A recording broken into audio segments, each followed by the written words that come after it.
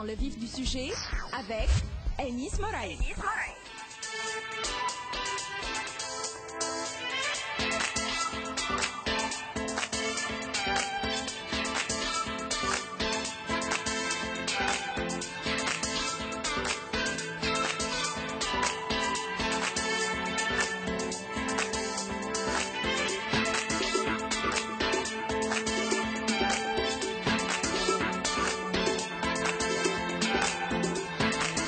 Et dans le vif du sujet, tous les mercredis matins avec Anis Moraï. Bonjour Anis. Bonjour Afef. Alors, ce matin, on continue toujours à parler élections et programme électoral des partis politiques qui se présenteront aux prochaines élections. Ce matin, on a le plaisir de recevoir Monsieur Hichem Ajbouni, tête de liste du parti du Courant démocratique. Bonjour et bienvenue sur RTCI. Bonjour, merci. Le Courant démocrate. Le Courant démocrate. Pardon. C'est pas grave. Et également Monsieur Semir Karoui, la liste du parti de l'Alliance démocratique avec nous. Bonjour et bienvenue sur RTCI. Bonjour à vous, bonjour à vos auditeurs également. Alors, pour faire court pour nos auditeurs et auditrices, AFEF, c'est le parti de la bicyclette et le parti de la girofle. Voilà. Ce sont les deux emblèmes de ces deux partis dans les bulletins de vote qui seront donc présentés le 26. Pour les élections, lors des élections, donc pour les Tunisiens, lors des élections du 26 octobre. Alors, au cours de notre émission, on essaiera donc, Anis, de débattre un peu du programme électoral de chaque parti. Tout à fait. Donc, j'ai le plaisir de recevoir Hichem Ajbouni et Semir Karoui, deux jeunes, je dirais, sur des listes. Je m'en réjouis de cette jeunesse-là qui... je dirais, va couper court avec les patriarches, quelque part, de certains autres partis. C'est des dirigeants d'entreprise. Hichem Ajbouni est un expert. Semir Karoui est un dirigeant d'entreprise. Donc on sent un renouveau dans certains partis politiques et c'est très réjouissant de discuter avec des gens qui sont soit des cadras, soit des trentenaires. Avec eux, on va essayer de décortiquer, on va essayer de présenter à nos chers auditeurs et auditrices les programmes électoraux des partis politiques. Donc l'Alliance démocratique et le Courant. Démocrate. Je retiens bien mes leçons. Parfait. Good girl. Voilà. Donc, pour commencer, vous deux, donc, vous avez présenté votre programme électoral, le programme de chaque parti. On y voit pas mal d'innovations. Vous avez quelques disparités dans vos programmes, mais vous êtes unanime sur une considération bien particulière, la préservation des richesses naturelles.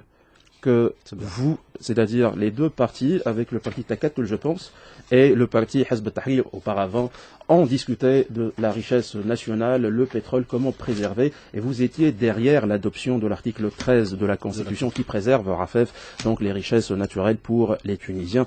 Qu'est-ce que vous avez à dire, qu'est-ce que vous avez à faire si vous êtes élu par rapport à ce sujet-là? C'est Michael. Donc d'abord, je vous remercie pour cette invitation. Donc c'est pas nouveau au niveau de RTCI. Ça a été toujours comme ça. Et je veux dire au niveau de l'Alliance démocratique que c'est un sujet sur lequel on s'est penché depuis des années. Moi personnellement, les personnes le connaissent, des experts en stratégie, des experts en ressources naturelles le savent très bien, qu'on était sur des documentations qui remontent à 1800 voire 1930 qui étaient signées avec voilà, effectivement, et donc par la même occasion je veux bien féliciter tout le peuple tunisien à cette occasion-là. Donc des décrets, des contrats qui ont été signés avec l'État français depuis 1939, qui ont fait que toute notre richesse naturelle, ou la plupart, ou la majorité de notre richesse naturelle, part et est exportée totalement, presque, sans que ces revenus le prix de ces richesses-là soient répartis sur les régions à partir desquelles ils sont exploités. Il y avait une certaine mise sous tutelle finalement. Effectivement, et de cette mise sous tutelle qu'on a peur, on a peur que ça reprend, on a peur parce qu'un certain temps, on s'est senti qu'on est en 1881 et qu'on risque de revenir sous tutelle de la part de certains autres pays. Je rappelle juste, Samir Khaoui, pour être exhaustif, que M. Zolguin, l'élu à l'Assemblée nationale constituante, est le président de la commission de l'énergie RAFEF au sein de cette Assemblée, et que depuis quelque temps, après le vote de l'article 13 de la Constitution tunisienne,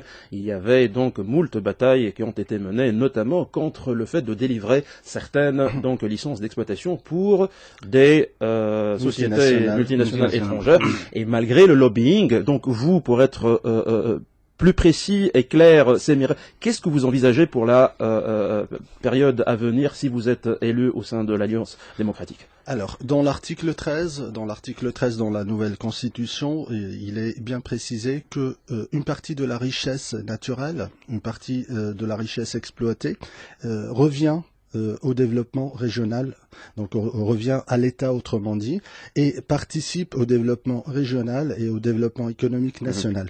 Donc, et si on parle chiffres, le chiffre c'est-à-dire si on traduit ça en chiffres, on peut même, c'est-à-dire à partir de ces richesses, on peut même revenir sur un équilibre économique au bout de quelques années. Donc, non seulement c'est-à-dire équilibrer et rendre équitable tout ce qui est, c'est-à-dire déséquilibre actuellement, déséquilibre régional, mais en plus faire participer et faire réduire le taux de chômage dans ces régions-là, développer donc à l'échelle nationale l'économie nationale, et on parle de souveraineté nationale. Donc si on parle de souveraineté nationale, c'est notre moyen et c'est notre point fort qui fait que on peut revenir sur notre souveraineté nationale. Si je résume, vous allez essayer de restaurer un peu la souveraineté nationale sur les richesses naturelles et essayer de faire de cette manne donc pétrolière revenant à la Tunisie, donc je dirais un catalyseur pour le développement régional. Hicham Ajbouni, vous qui n'avez pas peut-être un élu dans cette commission de l'énergie, sauf que depuis quelque temps, en suivant votre actualité, l'actualité de votre parti qui est nouveau, hein, ça fait une année et demie qu'il est sur la scène, il est en train de percer, j'ose dire. Je vous pose la question, vous avez tenu aussi pas mal de manifestations en relation avec la protection des richesses naturelles, avec des experts qui sont venus un peu partout pour étayer certaines thèses et faire la lumière sur un sujet RAFEF qui était tabou en Tunisie. On ne discutait pas comment l'argent donc du pétrole arrivait au trésor tunisien. Est-ce qu'il y a des présomptions de malversation? Est-ce qu'il y a de la malversation réellement? Et ce sont ces deux partis-là, notamment le courant démocrate avec l'Alliance démocratique, qui ont contribué à vulgariser, démocratiser et surtout finir avec l'omerta qui s'est installée par rapport donc aux richesses naturelles. Vous, Hicham Ajbouni, dans votre programme aussi, je l'ai lu, vous avez fait de la protection des richesses naturelles votre cheval de bataille. Qu'est-ce que vous avez donc à étayer ou à présenter comme programme par rapport à ça? Ok, Nice, merci beaucoup. Donc, effectivement, nous avons organisé une conférence le 9 avril 2013 au sujet de l'exploitation des richesses naturelles et minières en Tunisie. Nous avons invité beaucoup d'experts en la matière qui ont essayé d'étayer les différents problèmes, d'essayer d'exposer un sujet tabou. Donc, pour nous, la première chose à faire est rendre transparent toutes les données relatives à nos richesses. Vraiment, il y a une absence d'informations, absence de données sur ce plan-là. Donc, consacrer la transparence, c'est un point très important afin de protéger notre souveraineté nationale. Le secteur des richesses naturelles, il est très important et primordial pour l'économie tunisienne. Malheureusement, il y a pratiquement un blackout sur les informations relatives à ce sujet. Donc pour nous, il y a aussi des suspicions quant à la bonne gouvernance de nos richesses. Il y a accaparation de l'information au niveau de l'État, au niveau du ministère de l'Industrie. Donc tout cela rend... Juste une précision, excusez-moi, Hicham Ajbouni, il faut donner à César ce qui appartient à César. la Cour des comptes a essayé aussi, donc, dans son rapport numéro 27, Afef, de présenter ces infractions et surtout la mauvaise gouvernance de certaines entreprises publiques tunisiennes dans le domaine, comme l'État, comme la CEREPT, comme certaines autres. Ça existe, ce ne sont pas mes paroles à moi, ça existe sur le net, ça existe donc dans les rapports différents de la Cour des comptes, et bien entendu, ces partis politiques Afef ont pris le relais afin donc de rendre aux Tunisiens ce qui leur a été donc quelque part subtilisé entre guillemets légalement suite à ce qui s'est passé auparavant avec le régime du déchu. Malheureusement, il n'y a eu aucun suivi pour le rapport de la Cour des comptes. C'est un peu bizarre quand même, lorsque la Cour des comptes relève des infractions aussi importantes, qu'il n'y a pas un suivi de la part du gouvernement tunisien. Voilà.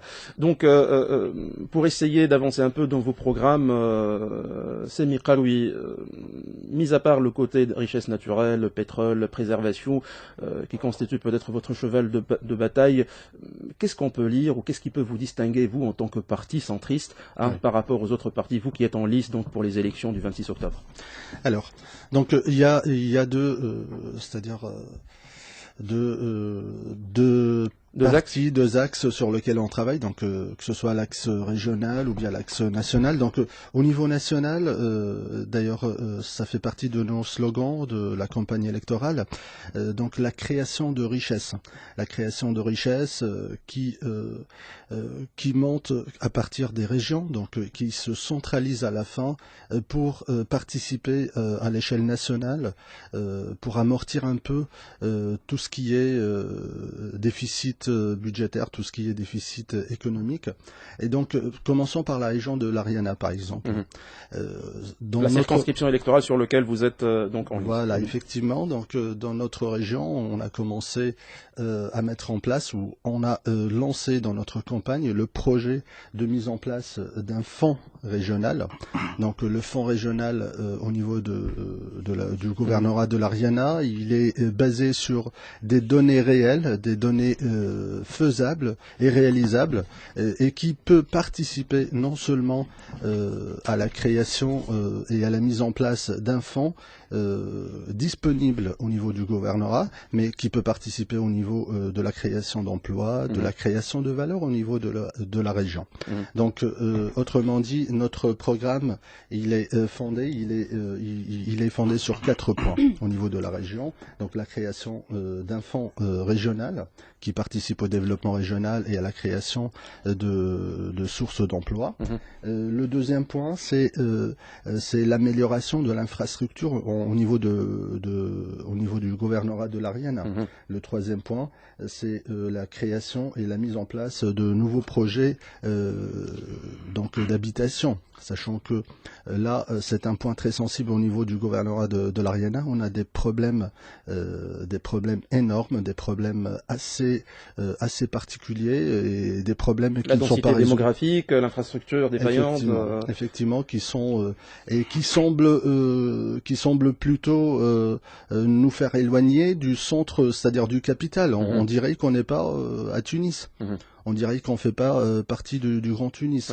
C'est-à-dire en me déplaçant sur certaines cités, Tadhamen ou autres, Mnihla, Rawed et tout, c'est-à-dire j'ai vu des cités, j'ai vu des gens, j'ai vu une façon de vivre qui me rappelle d'autres régions. Donc, et le dernier point, c'est autour des moyens de transport. Donc, c'est l'amélioration, la modernisation des moyens de transport et des outils de transport utilisés actuellement. Parce que, comme vous le savez, je ne sais pas si vous connaissez le gouvernorat de l'Ariana, on a un problème énorme, que ce soit au niveau du métro de l'Ariana, que ce soit au niveau des bus qui traversent l'Ariana ville ou qui font les régions proches, et même au niveau du transport privé, donc transport les taxis publics ou autres.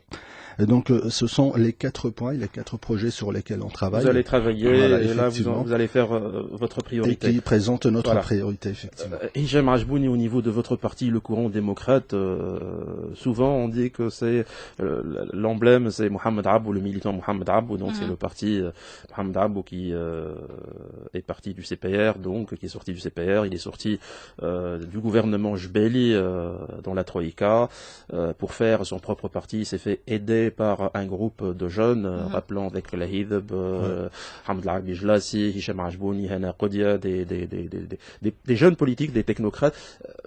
Mohamed Abou, Hicham Ajbouni avait fait aussi de combattre la corruption, je dirais, son cheval de bataille, au risque de me répéter. Est-ce que vous allez continuer sur cette lancée? Est-ce que vous allez donc vous arrêter en si bon chemin? Lui, il a jeté l'éponge avec le gouvernement de la Troïka. Est-ce qu'il va reprendre si jamais donc il a des élus au sein de cette assemblée des représentants du peuple? Oui.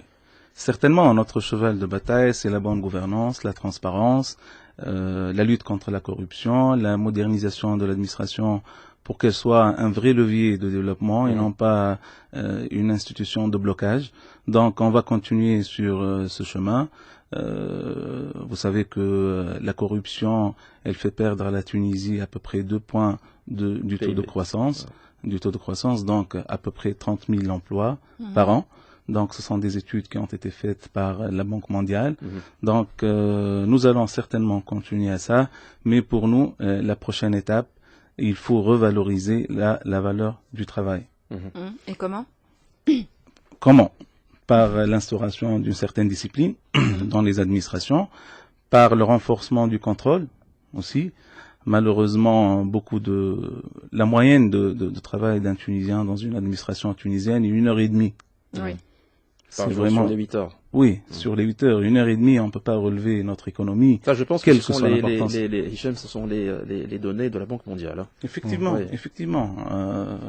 1h30, je me demande comment on peut relever notre économie avec un laxisme pareil. Bien sûr. Donc, il faut moderniser l'administration, la rendre électronique. Renforcer les contrôles, malheureusement on n'a pas le choix. Donc faciliter l'accès aux services publics, améliorer la qualité des services publics dans tous les domaines. Donc c'est un point en commun lorsqu'on dit bonne gouvernance, ça concerne tous les domaines de l'État, donc les ministères, les établissements publics, etc. Et ça nous fait gagner encore une fois des points en taux de croissance. Nous estimons que la bonne gouvernance est l'un des plus grands problèmes en Tunisie. En Tunisie. Hicham Ajbouni, vous qui êtes tête de liste donc sur votre parti, le Courant démocrate, sur la circonscription Tunis 2, vous êtes sûrement à l'aise sur le terrain, à voir les gens, à être en contact avec les gens. Semira, lui, tout à l'heure, il vient d'étayer un peu, donc, je dirais, les problèmes qu'il a vus, les problèmes structurels et conjoncturels au sein de l'Ariana. Vous, qu'est-ce que vous avez à dire par rapport, donc, à vos électeurs, les électeurs potentiels, je dirais, donc, à l'Ariana par rapport à la circonscription de Tunis 2, pardon. Donc, qu'est-ce que vous avez à changer éventuellement si vous êtes élu?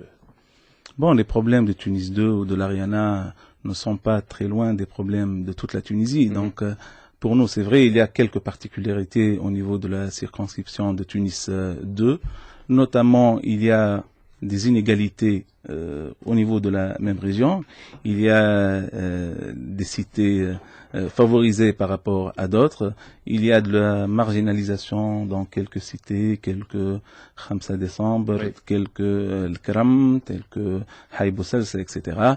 Donc pour nous, il faut essayer de pousser à l'économie sociale, aux microfinances, donc par des petits projets, mais ne pas donner de l'argent comme ça. Il faut qu'il y ait des institutions de suivi, d'encadrement des jeunes. Donc maintenant, parfois, on essaye d'encourager les jeunes, on leur donne du financement, mais sans aucun suivi, sans aucun encadrement. Donc on les jette comme ça.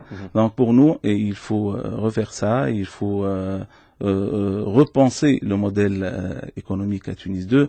Donc certainement, il y a des problèmes communs comme l'environnement. Oui. Malheureusement, dans toutes les régions, c'est un problème commun. Même dans les cités comme Tahrir, ils nous ont dit il faut s'occuper de l'environnement. Il y a beaucoup de saleté. Donc, il y a aussi le problème du transport, comme l'a dit mon ami.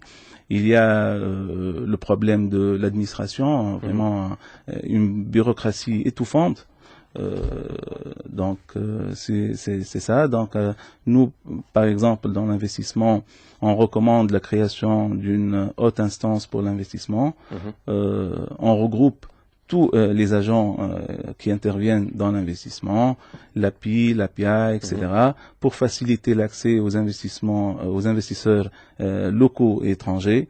Donc, il trouvera toutes les informations nécessaires en toute transparence.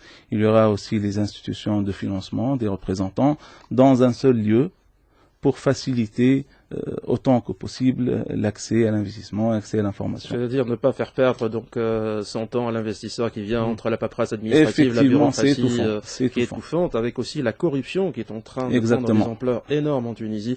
Donc j'espère que votre programme sera effectif et réel, parce que vous le savez, plusieurs gouvernements ont essayé de s'attaquer à ce genre, mais aucun gouvernement n'a réussi à l'éradiquer. Je ne sais pas si la volonté politique... Nous avons la volonté. Non, je parle pas de votre volonté à vous, je l'espère de toutes les façons, j'espère pour les Tunisiens, j'espère pour nous, mais auparavant, on a tous diagnostiqué à Rafef ce genre de problème, avec des gouvernements qui se sont succédés, avec des majorités qui sont venues au Parlement, mais malheureusement, le Tunisien reste sur sa faim, espérant qu'avec donc ce genre, je dirais, de politique jeune, ambitieux, on parvient donc à changer la donne.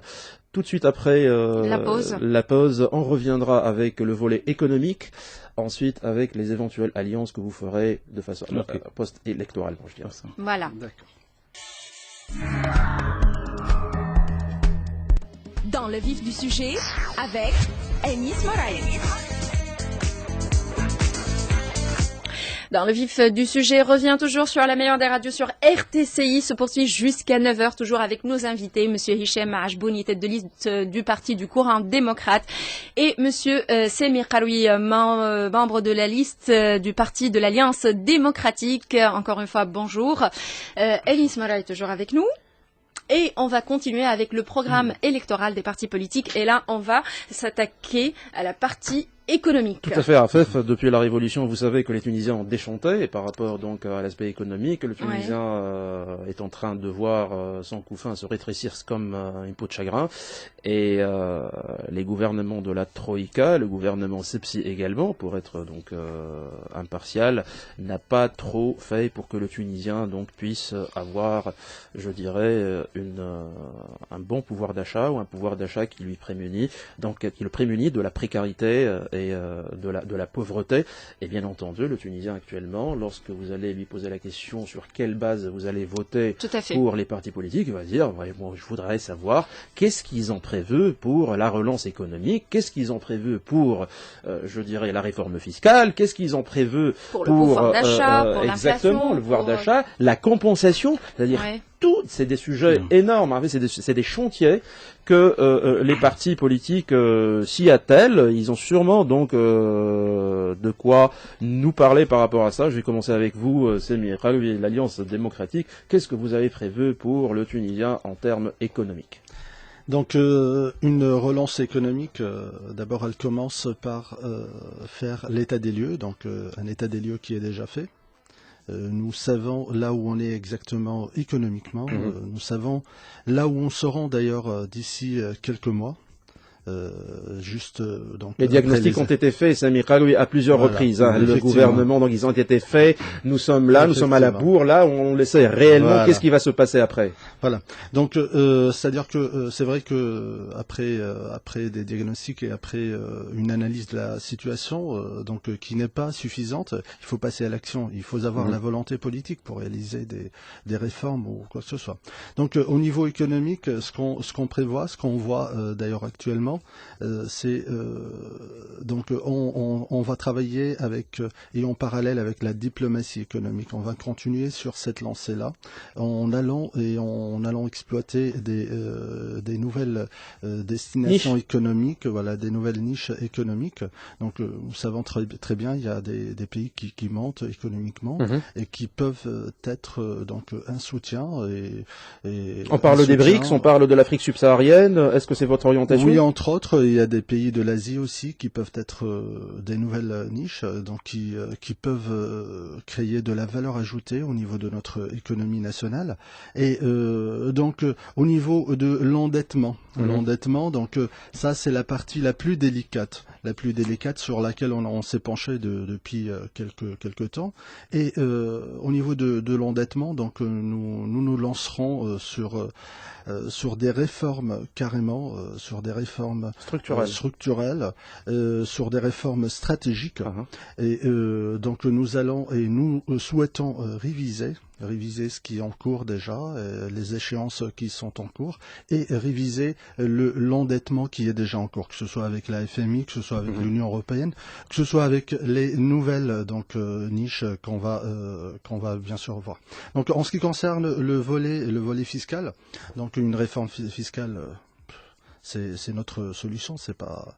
C'est-à-dire, lorsque vous dites réforme fiscale, quelles sont les modalités, quelles sont vous allez vous attaquer à l'impôt sur les sociétés, l'impôt sur le revenu, l'impôt sur la fortune, donc l'impôt sur les sociétés, l'impôt sur le revenu, on a déjà grignoté, et les gouvernements qui ont succédé, donc ils ont déjà attaqué suffisamment. Saigné le Tunisien. Voilà, effectivement. Saigné le Tunisien. On rappelle que, juste pour l'information, c'est Michael, que cette contribution, Hicham Rajboun est expert comptable, c'est de quoi je suis en train de parler, je parle sous son contrôle, cette contribution exceptionnelle commencera à partir de ce mois-ci, Rafef, donc c'est votre salaire, c'est le mien aussi, c'est vos salaires à vous qui seront donc un peu charcutés pour donc ce gouvernement de technocrates. Voilà. Pour les sociétés, ça a commencé. Ça a commencé déjà. Oui, avec le deuxième acompte provisionnel. D'accord. Donc ces solutions-là ne peuvent pas durer, ne peuvent pas continuer. Donc on doit penser à d'autres solutions au niveau des réformes fiscales. Donc l'impôt sur les trésors, ou l'impôt ou imposer autre société, ou passer par exemple à l'imposition des métiers libéraux, donc un point qui était évoqué à plusieurs reprises et qui s'est arrêté. Les métiers libéraux sont imposés. Oui, ils sont imposés, mais ce que paye un médecin, je ne vais pas citer les métiers, mais vous parlez de recouvrement, vous ne parlez pas donc d'imposition, c'est le recouvrement qui n'est pas. Alors, le recouvrement y est, cependant, il n'atteint pas des taux très fameux, mais ce qui est, c'est-à-dire tout ce qui est imposition forfaitaire au niveau des métiers libéraux, donc ça pose un problème. Moi, je vais citer à titre d'exemple un libéral qui gagne en moyenne 100 000 dinars par an, il paye 800 dinars d'impôts. Alors que, et à titre forfaitaire, alors que un salarié déclarant et touche 13 ou 14 000 dinars, il est dans les... je ne sais pas, pour votre premier exemple là, ça me paraît un peu difficile. Voilà, il fait donc 100 000 dinars, il paye 800 dinars à titre de forfaitaire. Bon, Hicham Rajboun, il peut plus. Voilà, donc, mais juste un mot pour donner la parole à Hicham Rajboun et étayer donc ses thèses par rapport à ça. Pour la compensation, qu'est-ce que vous avez prévu pour la compensation? Est-ce qu'on va rester dans le même schéma de financement de la compensation, ou vous allez revoir un peu donc ce schéma-là? Alors, la compensation, donc, si je reviens sur les premières questions, c'est-à-dire les questions qui ont une relation avec les ressources naturelles, oui. Donc une partie peut être compensée par ce texte de loi et par cet article de loi, une très grande partie d'ailleurs. C'est-à-dire, on va maintenir la compensation, mais essayer de la ventiler avec donc ce qu'on va avoir comme richesse naturelle. Récupérer des richesses naturelles, que ce soit au domaine pétrolier, parce que les richesses naturelles, nous, peut-être tout à l'heure, on a évoqué uniquement le pétrole, mais les richesses naturelles, c'est très large. Et les richesses le gaz de schiste, vous êtes pour? Non, je suis totalement contre. Et je le dis non, pas vous, votre parti. Notre parti également.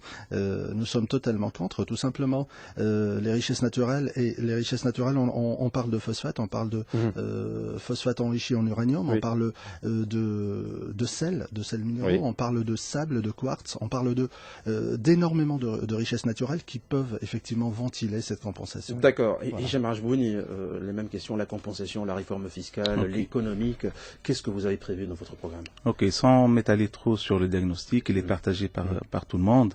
Donc, les solutions sont à mon avis, sont simples. Il manque de la volonté, il manque des préalables à mettre en place pour encourager l'investissement. Nous avons un taux de croissance très faible pour pouvoir résorber le chômage.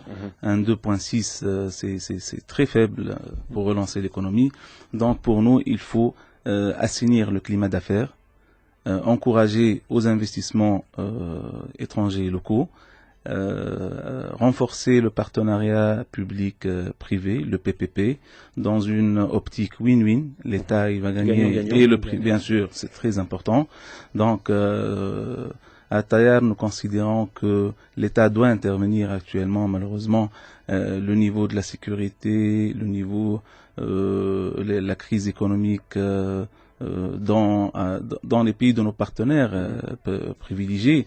Donc cela fait que l'État doit prendre initiative pour engager les grands travaux d'infrastructure, pour améliorer l'infrastructure, les réseaux ferroviaires, le transport, etc., pour permettre aux régions pour un investisseur, exactement, pour pouvoir avoir les routes pour s'installer dans les régions défavorisées. Il y a des incitations fiscales très importantes pour les investisseurs dans les zones de développement régional, mais malheureusement, non, j'allais le préciser, mais sur le plan pratique, les investisseurs ne s'installent pas dans ces zones parce qu'il y a un problème d'infrastructure, il y a un problème qualité de la vie, etc. De communication aussi, oui, le loisir, exactement. Si vous voulez, la qualité de la main-d'œuvre aussi, il y a un problème. La main-d'œuvre qualifiée, elle veut pas s'installer dans les zones défavorisées. C'est un problème. Tout ça, donc, amène Tayar à proposer quelques solutions, notamment la création de fonds d'investissement régionaux dans lesquels l'État prend part, les privés prennent part aussi, les étrangers. Donc, pour étudier selon les caractéristiques économiques et sociales des régions, quels sont les projets à installer. Il faut prendre l'initiative, un directoire qui sera représenté par les bailleurs de fonds, qui va étudier les projets selon les régions, selon leurs richesses aussi. Il faut exploiter les richesses et créer des entreprises, des industries là-bas pour essayer de résorber le chômage. Sur le plan fiscal, vous savez que les recettes fiscales constituent à peu près 80% des fonds propres de l'État, 67% aux alentours du budget de l'État. Donc, la croissance des recettes fiscales ne va pas de pair avec la croissance des dépenses publiques. C'est ça le gap, d'où le déficit budgétaire qui avoisine les 7%. C'est très grave comme indicateur. Alors que l'OCDE parle d'un maximum de 3%. Bien sûr, pour les pays européens, bien sûr. Donc nous sommes dans une zone rouge, effectivement. Il y a la dépréciation du dinar, etc. Bien sûr. Donc pour nous, la réforme fiscale, c'est un point très important, crucial pour l'économie. Donc, il y a des problèmes au niveau de l'évasion fiscale. Mon ami l'a évoqué. Bon, ce n'est pas spécifique aux professions libérales. Lorsqu'on essaye d'analyser un peu, on verra que la majorité des contribuables sont des forfaitaires. Je dirais même une grande partie des faux forfaitaires. Ils sont 400 000 à peu près 400 000 qui font une recette de 60 millions de dinars. C'est vraiment très dérisoire. Donc on doit réviser le système forfaitaire. On doit rationaliser les avantages fiscaux. Parce que beaucoup d'entreprises bénéficient d'avantages fiscaux sans créer de la richesse.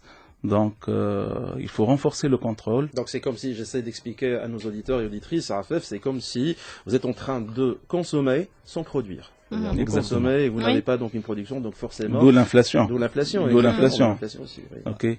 Donc, les salaires, ils ont augmenté à peu près de 13% par an depuis 2014. 13%, ils représentent à peu près 40% du budget de l'État. C'est énorme. 10 milliards de dinars. Et 10 milliards 500 de et le dinars. pouvoir d'achat est en cesse Effectivement, dégringolade. en cesse. Ouais. Pourquoi dégringolade? Il y a la contrebande, Ouais. il y a le monopole, etc. Donc, il n'y a pas des structures de contrôle, malheureusement.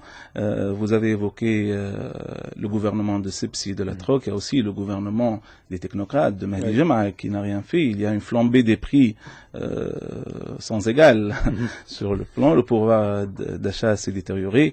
Donc, pour nous, il y a une économie parallèle, 40%. Donc, il faut estimer le manque à gagner pour les recettes fiscales. 40%, ça représente une perte fiscale, un manque à gagner de quelques milliards de dinars, des milliers de Mais c'est de des dinars. équilibres aussi, excusez-moi, Hicham Rajbouni, c'est des équilibres macroéconomiques également. Oui, C'est-à-dire, oui, on peut effectivement. on peut pas estimer, c'est-à-dire, il est un peu utopique de croire qu'avec ce secteur informel à Rafef, qu'on puisse un jour donc l'absorber dans un système formel, parce qu'il y a un système macroéconomique. Il faut trouver essentiellement L'intégrer comment dans l'économie. l'intégrer, Effectivement. l'intégrer et profiter voilà donc de ça. Juste une question, Hicham Rajbouni, et on avance dans notre débat. Pour le gaz de schiste, est-ce que vous êtes pour ou vous êtes contre? Dans notre parti, au vu des technologies actuelles, nous sommes tout à fait contre. Contre. En attendant qu'il y ait d'autres technologies qui préservent la nappe et qui préservent l'environnement. Oui. Parfait. Là, j'ai envie de poser une question par rapport au programme justement économique. Là, c'est très bien de présenter un programme bien défini, bien élaboré, mais j'ai envie de vous poser une question. Comment l'appliquer? Comment vous allez l'appliquer? Ben, je veux juste continuer pour la partie fiscale. Oui. Pour la partie fiscale. Nous avons proposé à Taïr Démocrate une brigade fiscale. Une brigade fiscale qui n'est pas sous la tutelle du ministère des Finances. Elle va s'occuper de tout ce qui est crime organisé en matière économique. C'est ce qui se fait en Italie, par exemple. En France, en Italie, il y a des expériences comparées. Ouais. Donc pour nous, il n'en est pas question de continuer ce laxisme. Je vais vous donner un chiffre qui va vous choquer. Il y a 1600 à peu près 30 contrôleurs pour 600 000 contribuables. Donc, Là, imaginez. Là, vous parlez de vérification sommaire ou de vérification Non, approfondie? des vérificateurs. 1630 à peu près pour 600 000 contribuables. Pour nous, la solution, entre autres, c'est de renforcer la e-déclaration, donc, et transférer les agents des recettes au contrôle. Donc, il faut renforcer les contrôles pour augmenter les recettes fiscales. C'est très important.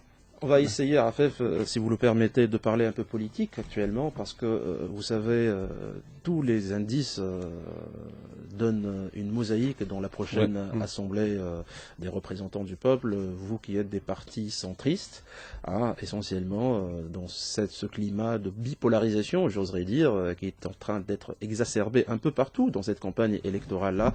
Comment vous allez gérer le post-électoral? Est-ce que vous avez déjà prévu des alliances? Auparavant, Hicham Rajbouni, je sais que vous avez donc une alliance politique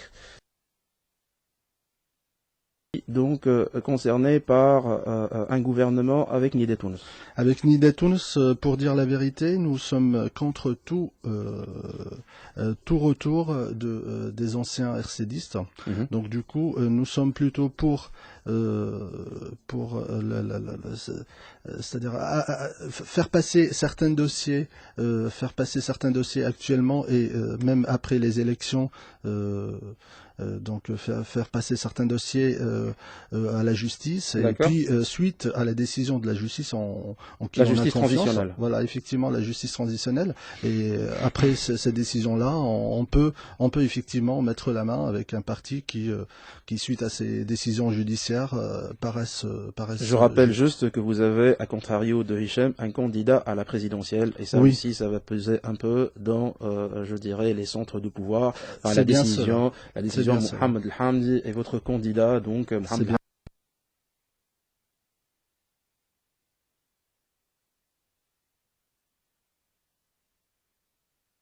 est élu à l'Assemblée nationale constitutionnelle.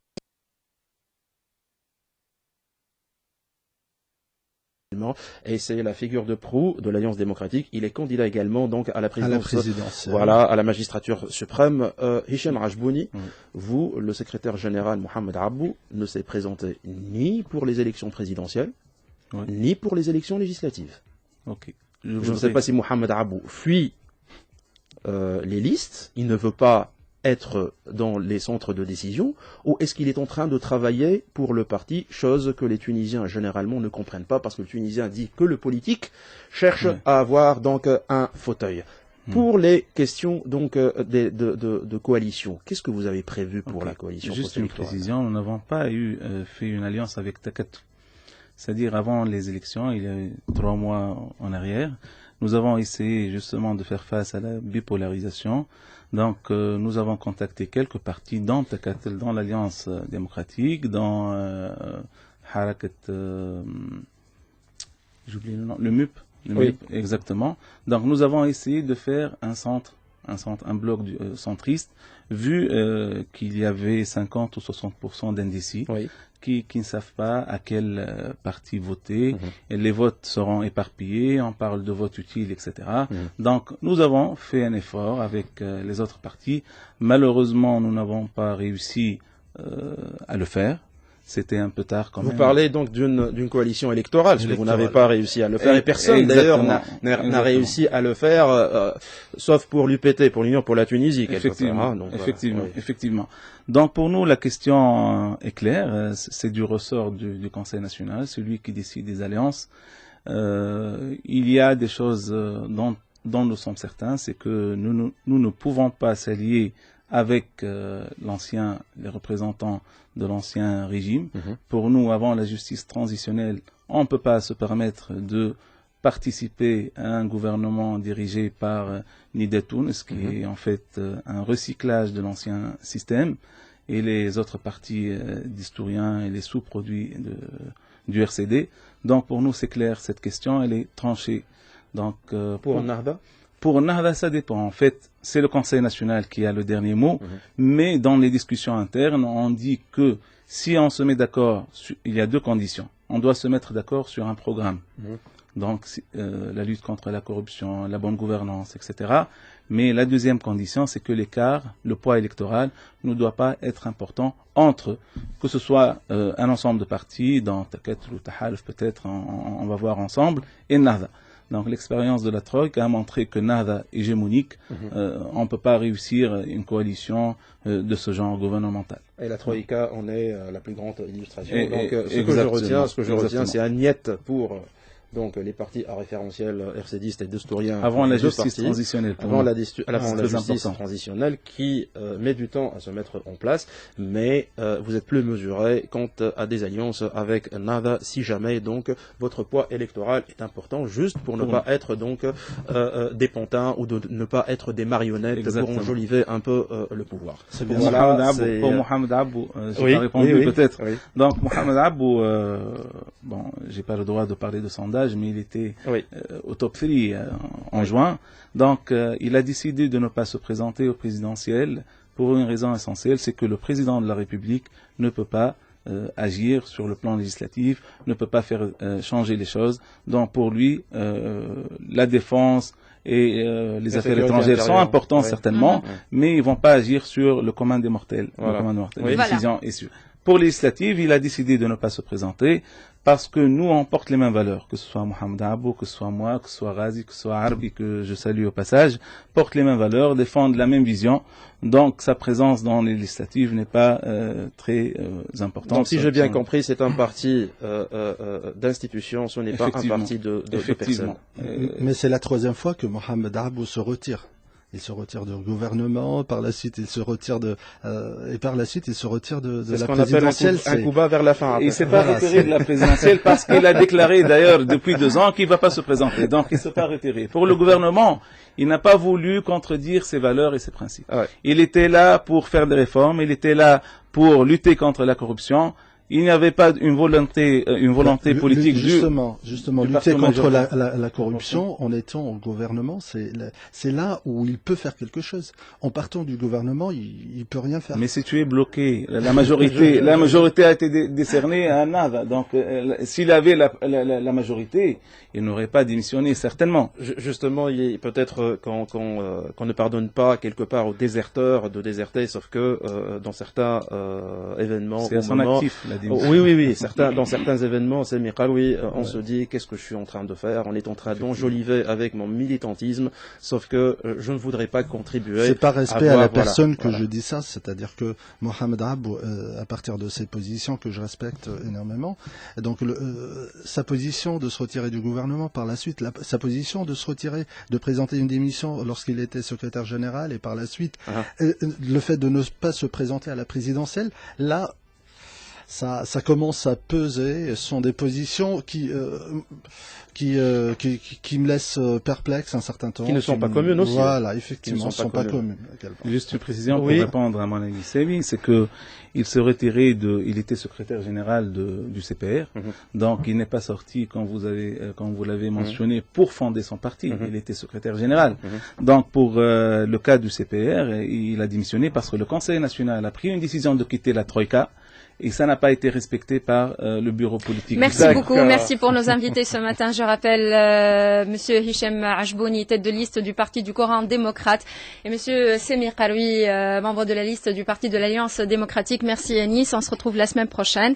On remercie également Nawel Saïdi pour sa collaboration technique, Nedia Ben Youssef pour la coordination. Quant à moi, je vous donne rendez-vous demain matin pour le réveil, un autre réveil sur RTCI à 9h, le flash de l'actualité avec Mohamed Ali Chaib. Ensuite, Fatma Zeyri prendra la relève dans C'est le Mag. Bonne journée, à demain. Bonne journée à vous tous. Il n'y a pas de mot de la fin.